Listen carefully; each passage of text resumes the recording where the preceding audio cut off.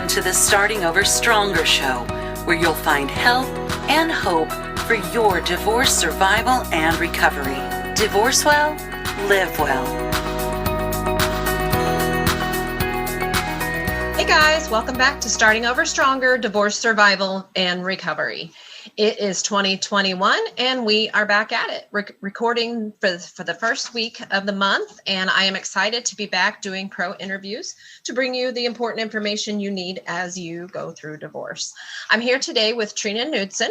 Trina is a family law attorney, a mediator, a fellow certified divorce coach, and she is the founder of the Laney Project, which is a beautiful space in Olathe, Kansas, that's dedicated to the fine art of co-parenting well. And that is exactly what we are going to talk about today. And so I'll let Trina tell you more about that. I was introduced to her by a mutual therapist colleague of ours, Amy Heikenland, who was also on the SOS show talking about how to tell the kids. So look back if you haven't heard that episode. Trina, welcome to the show. Thank you for being here to share on this crucial topic. Tell us a little bit about yourself and about the Laney Project. Well, thanks so much for having me, Annie. As you mentioned, I am a family law attorney. Before I went to law school, I was a foster care social worker. And I got really frustrated with that system and decided I could better serve children by going to law school. And in working in the family law arena, I felt like the family law court was the child in need of care court with a different name, but no services in place. So I decided that I needed to make those services available to the community. And that is why I founded the Laney Project. I continue to be a licensed social worker as well as an attorney. My child advocate is my law firm, and about 90% of my practice is spent representing children in high conflict custody disputes. And then the other portion is spent doing mediation and case management work.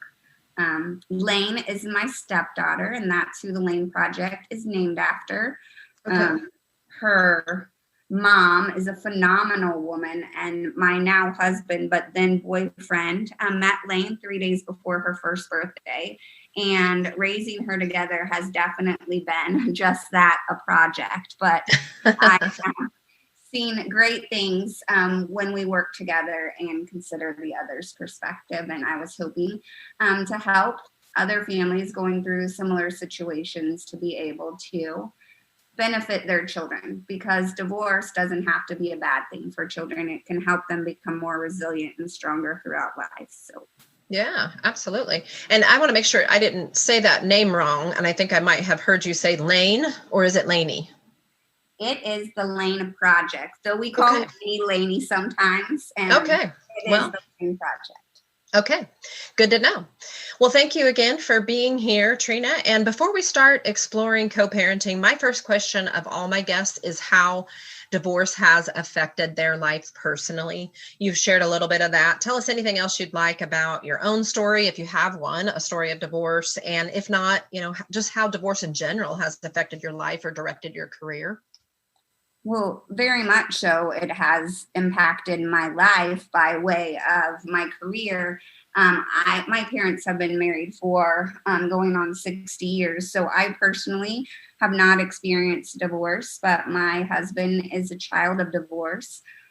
His Lane is not a product of divorce, but Lane's mother and my husband were never together. So they're living with two separate homes. But primarily in my work as an attorney, it has really impacted me by way of seeing how much harm the court system unintentionally can do to children. And so that has inspired me tremendously to be able to provide services for not only children, but families. I worked as an attorney since 2003. And I would say in 2015 is when I started realizing that I needed to do something different. And that's when I got in touch with the CDC and went through some trainings of becoming a certified divorce coach, because as a guardian ad litem, I can make recommendations to parents, and then the court ultimately, more often than not, adopted those recommendations. but I was not effectuating change for these families because the parents weren't understanding the reasoning behind those recommendations. And so I decided I needed to help parents to come to conclusions, to come to answers themselves, as opposed to some professional pushing it down their throat. And so in co-parenting, through the LAME project, we take a more of a psychoeducational coaching approach. So because I truly believe that parents have the answers within, it's just all the muck from their toxic relationship that clouds their vision.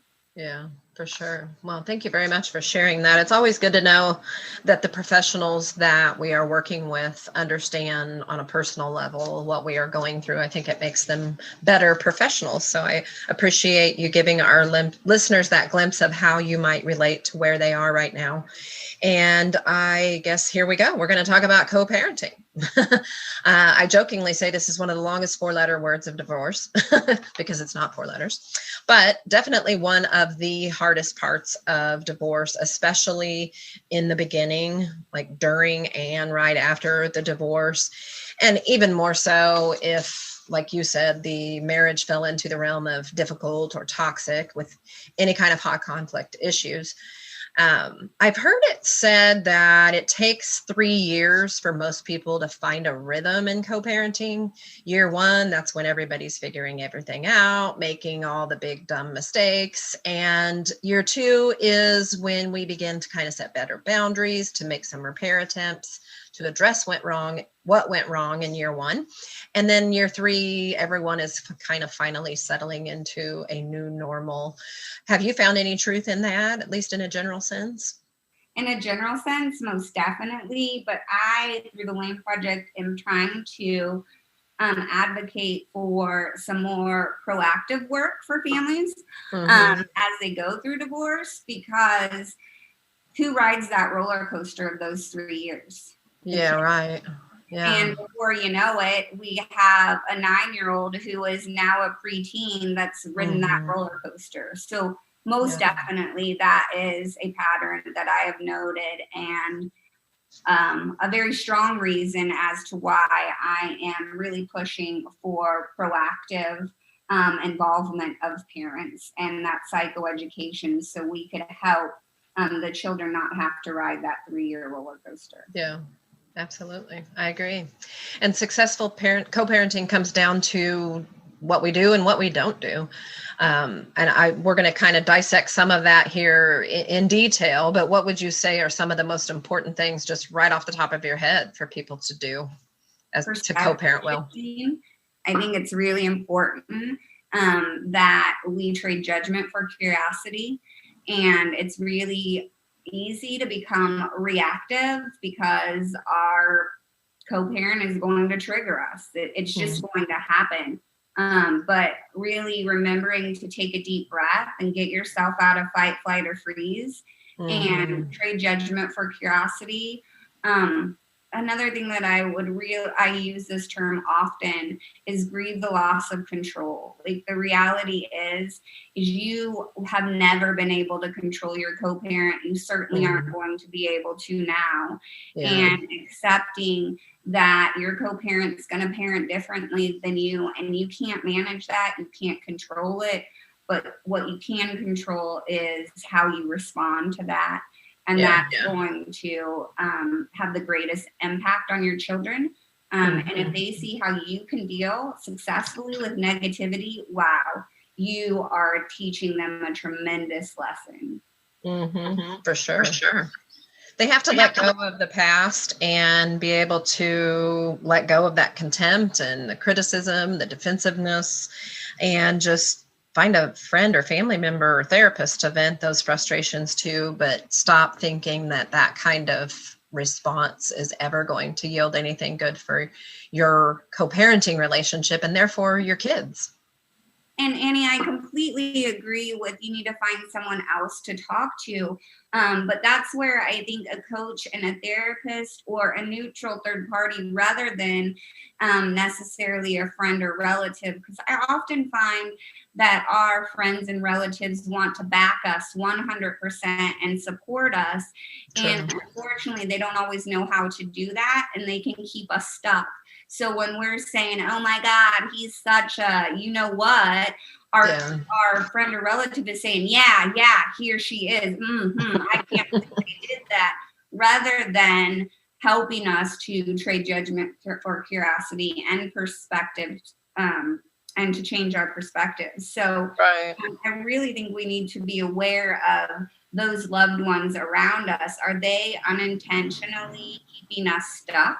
Are they the best people to talk to? And really be true to ourselves when we're asking that question. Yeah, and that's a little thing they call confirmation bias, where we look for information from someone who's going to tell us what we want to hear. And that is a really dangerous place to be.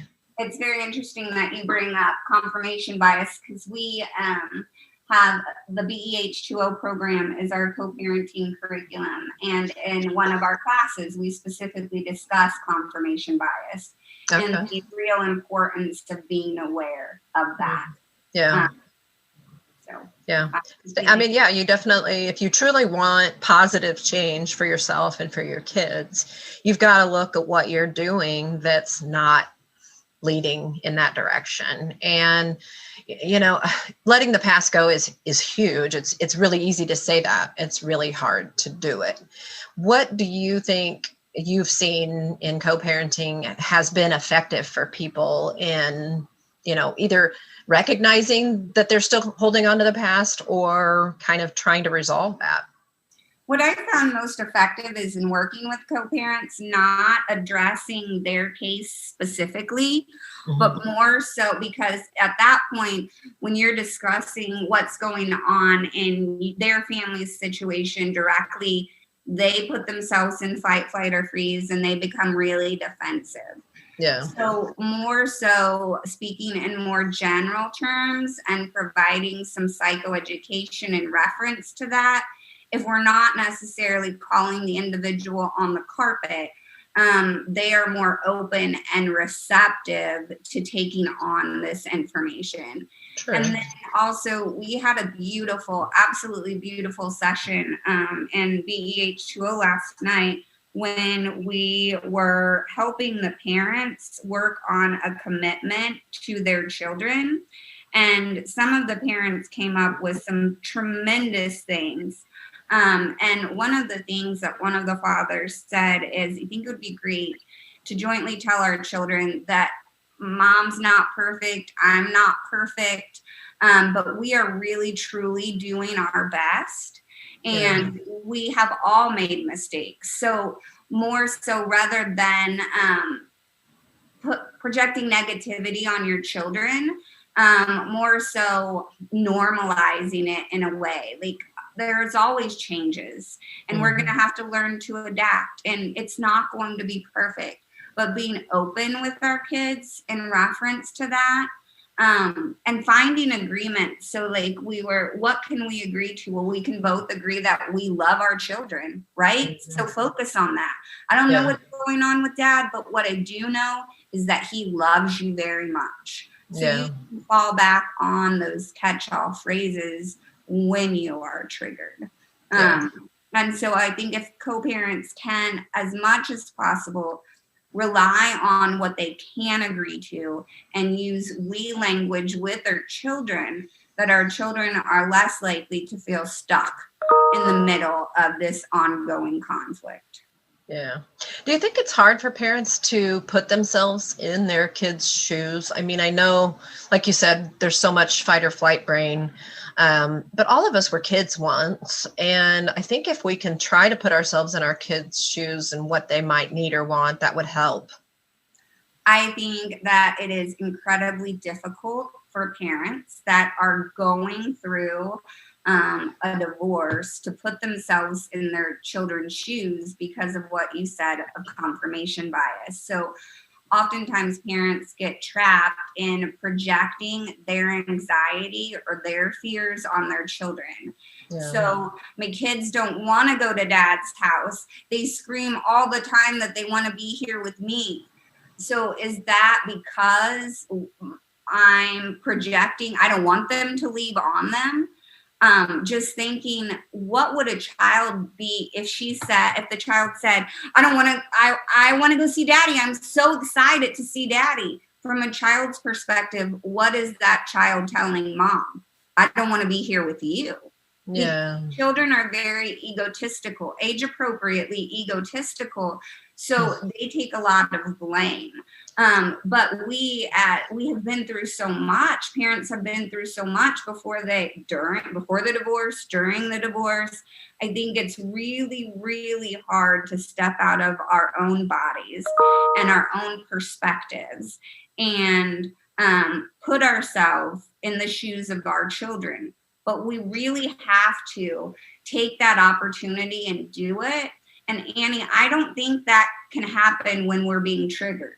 I don't think, if our kids say something that enlists in us, fight, flight, or freeze, or if our co-parent says that, unless we do the work beforehand, we are not going to be able to manage it when we are triggered. So when we step in the shoes of our children, I think parents are more able to do that when they are at a better place. So whether they're speaking to their divorce coach, whether they just completed a deep meditation and then processing it outside of the presence of their co-parent, outside of the presence of their children. And the more they do that, the easier it's going to get when they're triggered. So it's just like the more you meditate, the easier it gets. The more you practice riding the bike, the more, it becomes second nature to ride that bike. Yeah. If we could get parents to practice, putting themselves in their child's shoes, it's going to become easier. Yeah. And what you really are boiling that down to is good self-care. I mean, if they're not taking care of themselves and learning good coping skills, they're going to be reacting wrong because they're grieving the loss of a relationship or trying to navigate, a crazy making, environment, or just dealing with all the normal personalizing and blaming for the breakup and all of those things, right? So that self-care is more important than ever right now. I agree. It's completely essential because I believe that every parent wants to be the absolute best parent they possibly can be, right? That's what they want for their kids. That's what's in their children's best interest. But how the hell, excuse my vernacular, can you be the best parent you possibly can be if you're filled with resentment and anger and you're tired because you didn't sleep all night? Those are things that in order to be the best parent that we can be, we have to be our best selves. Yeah. And I think, self-care is 110% necessary in order to do that. Yeah, for sure. And, a lot of what we're talking about is communication. It's no doubt a huge part of successful co-parenting. And probably 100% of the time, we're dealing with a couple that chose to end their marriage. So in large part, it's safe to assume communication is a problem. So what have you seen be most effective in helping clients to grasp how to shift from all of the contempt and anger and blame and all of that to that's all done and we need to do something different going forward? So it's generally my stance that you need to streamline communication. And if co-parents are communicating all day, every day, or even if we're not prepared to receive communication, we're going to be less likely to handle that interaction appropriately. So I always suggest to my clients that they figure out, I call it kids news, that they send at least weekly kids news emails to one another where there's no unnecessary commentary, no lecturing. It's just simply to the point, talking about school. And oftentimes parents say, well, there's Skyward or whatever account that my co-parent can just look on that. But there's so much more to that. The kiddo is struggling with the word care and spelling care the right way, or they're really struggling on finishing reading the book that they have a book report due in a week. Or so talking about that in the kids' news email. Health. They had a bit of the sniffles. I had to give them Tylenol the day before. Talking about their moods and their behaviors. Talking about big life events that are going on. Things like that. But you're not providing that information because of the fact that your co-parent can control what goes on in your household. You're providing that information because it is better coming from you than your child. Your child may not relay that information, or your child may relay that information and your co-parent may react in a negative way to receiving that information. And so in essence, you just set up a trap for your child to be the one that shares that information. So my suggestion is to have regular kids news exchanges. I usually recommend those happen an hour before transition or when convenient, but that when they're coming. So you know to expect a kids news email between the hours of 4 and 6 on Thursday. Then you're prepared. You put yourself in the right state of mind to receive that. But if your text messages or your email is ding, ding, ding, ding, ding, ding, or your OFW from your co-parent, you are going to be triggered from that, and you're less likely to give a positive response. But if it's only coming a couple times a week and you know when to expect it, you are more prepared to respond in an appropriate manner to that information. So streamlining it and actually scheduling it and discussing in advance. But number 2, I think it's important that you as co-parents tell your children that you will be communicating. Mom and I, we love you very much. And there's different rules at each of our homes. Mom and dad are different, but I do expect that you respect mom's rules when you're there. I expect that you respect my rules when you're here, but I want you to know that mom and I, we will be communicating. We will be communicating, and before you go back and forth, mom will be updating me and I will be updating mom, because we don't keep secrets. But utilizing that we language and informing your children that you're communicating with one another helps remove them from the middle. Children can mitigate the differences between two homes, but what they can't mitigate is the conflict. And so they understand, let them know that mom and I, we're not always going to agree. Dad and I, we're not always going to agree. But what we can promise you is that we're going to communicate, and we're not going to put you in the middle of our disagreements. Yeah. No, that's good. I like that. And really it fits right in with the Bill Eddy Biff method of being brief, informative, friendly, and firm, and to that end, being clear, concise, respectful, cooperative, all of the things that may not have happened when you were married, but that's over now, and we need to progress into something more just healthier for the kids' sake, and do it for them if you can't do it for you. And by the way, it also brings you a lot of peace and helps you as well in making that shift. So I have to imagine that some of the most difficult parts of co-parenting center around the most important days of the year, the holidays, the birthdays, the celebration kind of days. What works here in your experience as far as just planning ahead and not making this as miserable as it can be? And there's a couple of things. As a guardian ad litem, I oftentimes experience attorneys saying, we'll just go with the guideline holiday schedule. And to me, there's no cookie cutter answer in these situations. And so if one parent really celebrates 4th of July and the other parent really celebrates Christmas Eve, then why do we have to have a schedule in which we alternate every 4th of July and every Christmas Eve?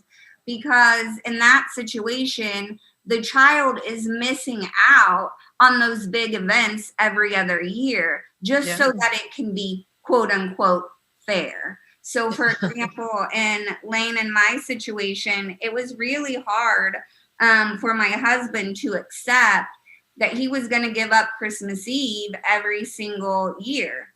Every single year, he was going to give up Christmas Eve, but in return, he got 4th of July every single year. And what really happened was over the years, it became an amazing tradition that when Lane came over to our house on Christmas morning at noon every single year, the kids would blindfold her and walk her into the living room to see what Santa brought her. And that was such an amazing tradition for our family. My kids wait every single Christmas morning until noon, till their big sissy comes, so that they can open their presents and they can open their stockings. Lane is 20 and in college, and we gave our kids the option of opening their presents this year before Laney came, and they hands down said, no, that is not how it happens. Aww. We will wait till Laney comes at noon, and that is what we will do.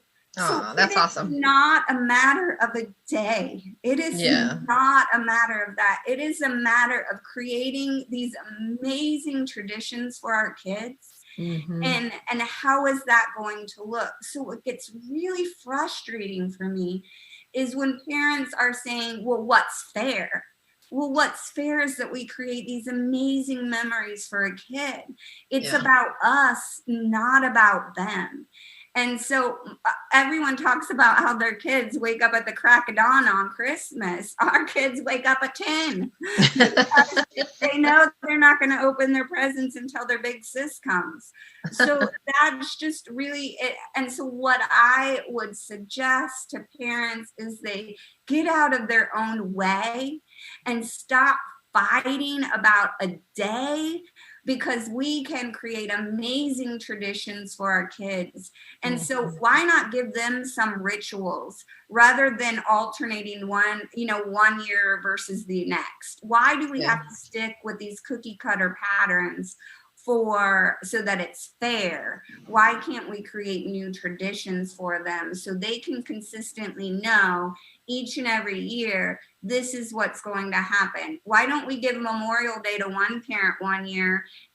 Give Memorial Day to one parent each and every year and Labor Day to the other parent. Those things so that our children can have their memories. I promise you, they will not remember that they missed hours. They don't count hours. They don't count hours, but what they will remember are the arguments that they went through because their mom and dad were fighting over hours. So when we talk about holidays, stop thinking about what's fair to me. This is you grieving your loss because you had imagined waking up every Christmas morning with your kids. Like that's what you dreamed about, or you dreamt about having that first communion with your kids and what that's going to look like. But that's you. That's you. Fighting for your dreams as opposed to providing your children the best feasible outcome that they could have under these new circumstances. Right. Yeah, it's all about compromise, right? I get a little bit emotional when we talk about that because it's a big topic of handling it right. So. And it really just requires, two parents who are willing to sit down with a calendar and figure out what is important to the kids. And that may be related to what things have been like up to this point, like what kind of traditions are already established and which side of the family do those exist on and which of those can we continue.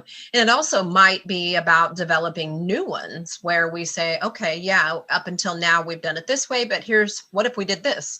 And, we orchestrate it this way so that both parents are having the option to kind of create new traditions and compromise so that it is still fair in the end. I mean, if we really truly invest in creating something that works for everybody, especially the kids, right? Yeah, but my point is it's not necessarily what's fair to mom or dad, and that's when we need to get out of our own way. What's fair to kids. Right. Well, so now let's talk about some things we want to avoid. I think we've covered a lot of important things to do to be consistent, to be trustworthy. Let's talk about some things to not do. And hopefully these are all super obvious things that no one listening here today would do, but it bears repeating. And let's talk a little bit about why we would not want to do any of these things. So number one is don't talk negatively about your co-parent to your children. Why do we not want to do that? If we were going to talk negatively about our co-parent to our children, we are not allowing them to have a positive relationship with their other parent. I mean, their other parent is a piece of them. So if you're going to talk negatively about mom and the child shares mom's anxiety, then you're throwing your child under the bus. I like to think of the example, if you're walking down a street and you see a stranger alongside the road, you're going to pull your kid closer, right? You're going to hold your kid tighter, and your child is less likely to go up to that stranger, right? So if you're going to speak ill of your co-parent and then try to send your child over there, they're going to have great hesitancy and anxiety about going to a place where they know that you don't like that individual there. Yeah. What a horrible position for them to go into. So if you want them to feel comfortable in having two homes, you have to help them feel comfortable. And in helping them feel comfortable, you may not like their other parent, but you need to clearly provide them the opportunity to have a free opportunity to like that other parent. And in doing so, you can't speak ill about the other parent. Right. And you definitely also cannot ask them to take sides. And I will also add to that telling them something bad that their other parent did is essentially asking them to take your side. Well, right? Why are you telling them something bad? Why? Because you want to be the one that is viewed as the good parent. And if you have to be viewed as the good parent, that's not about your child. That's about you. That's very, very self-focused, and it's not child-focused at all. Your children do not need to know the reason behind a divorce. That's like a rated R movie, that your children aren't allowed to watch rated R movies for good reasons. Their little heads can't process that stuff. And so sharing That's a good analogy. With them is like putting them in front of a vulgar rated R movie that they don't have the ability to process. Yeah. Why share that with them? Right. I like that. And also don't keep your child from their co-parent out of anger or spite. There's only one legitimate reason to withhold a child from their other parent, and that is for their safety.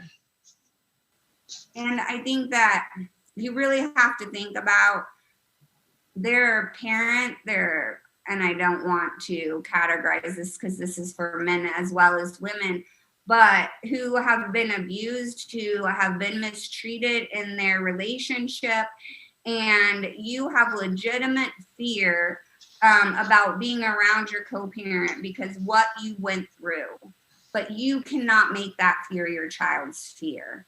So it is safety. We really have to process, has my co-parent really ever harmed my child?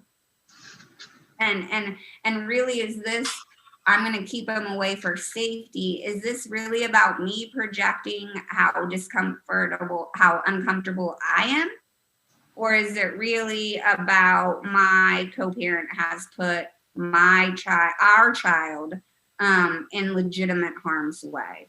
Because the judge is not going to say no contact or limited contact because a parent feeds their child McDonald's for breakfast, lunch, and dinner. And you may argue, well, that's not safe. That's not in the child's best interest.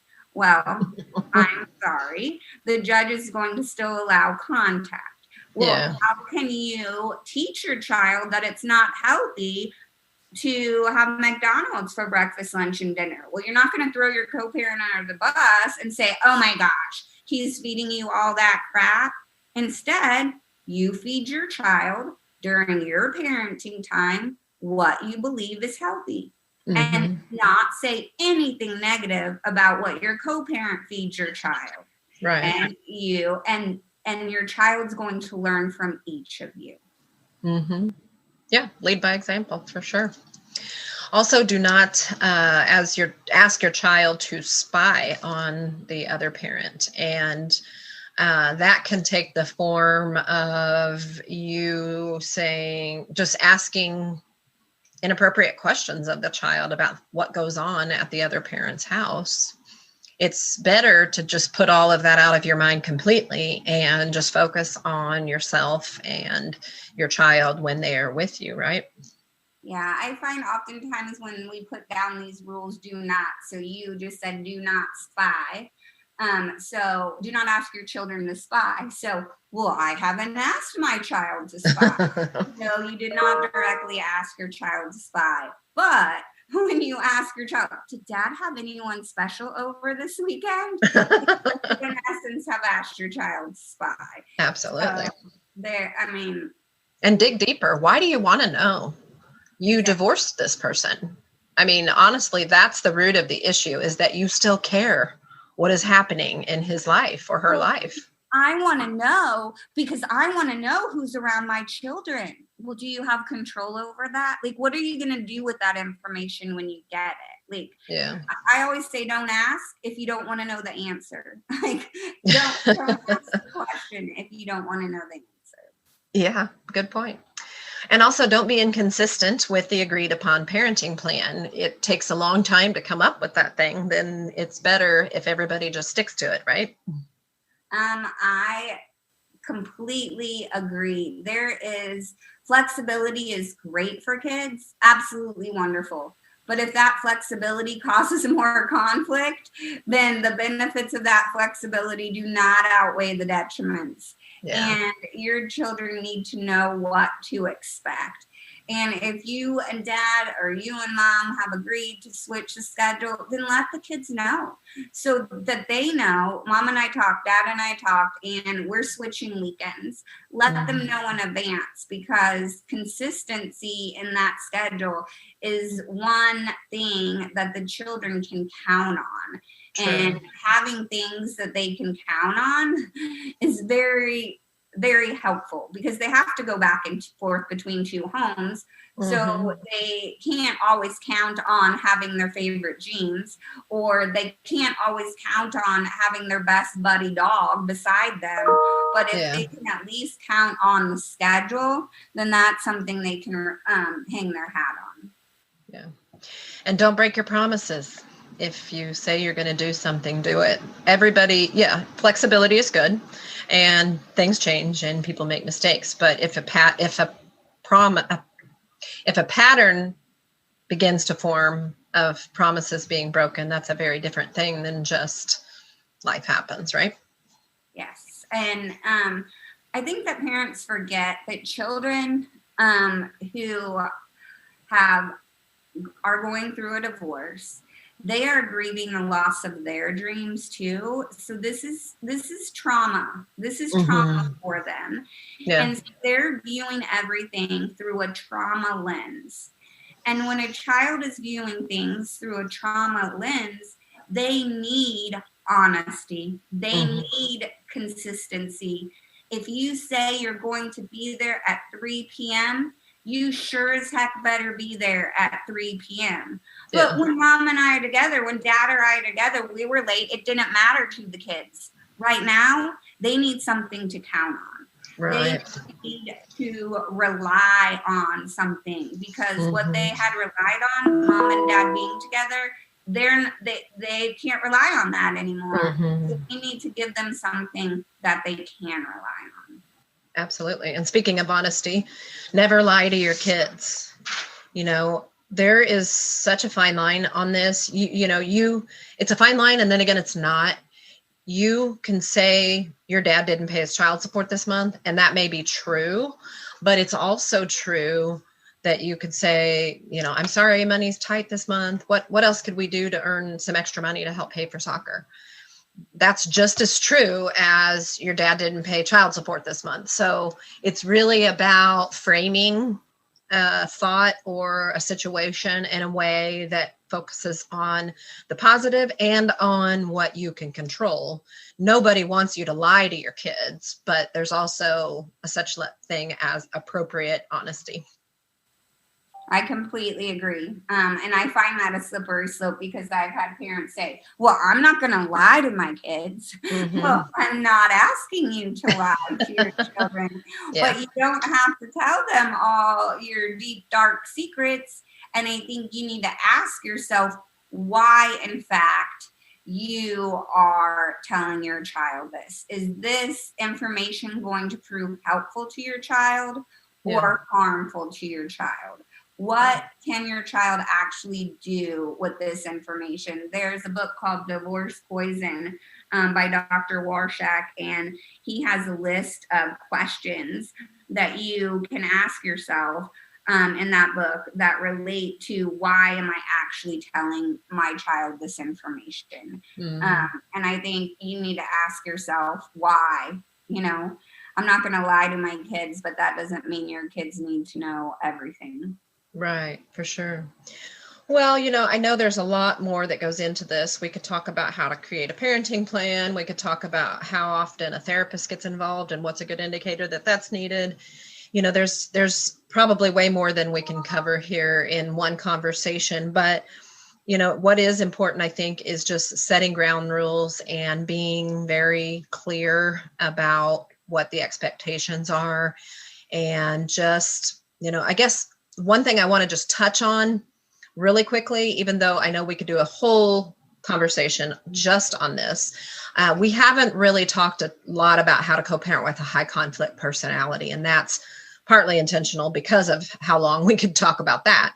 But I think it's important to address it, because there are always situations where women feel they can't do some of these very basic things that we have talked about here today for that reason. What would you say to that woman?